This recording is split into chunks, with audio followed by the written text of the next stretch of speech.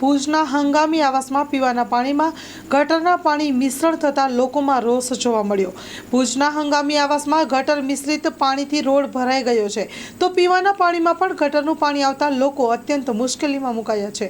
લોકોના સ્વાસ્થ્ય સાથે તંત્ર નરી આંખે ચેનચાળા કરતું હોય તેવું દેખાય।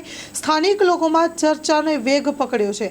આપ દ્રશ્યમાં જોઈ શકો છો કે પીવાનું પાણી કેટલું ગંદુ આવી રહ્યું છે તે નળ મારફતે જોવા મળે છે। રોગચાળો ફાટી નીકળે તેવી સમસ્યા નરી આંખે દેખાઈ રહી છે, તો તંત્ર ક્યારે લોકોની સમસ્યા હલ કરશે તે પણ એક સવાલ ઉઠ્યો છે। ભુજમાં ગટર અને પાણીની સમસ્યા યથાવત રહેવા પામી છે।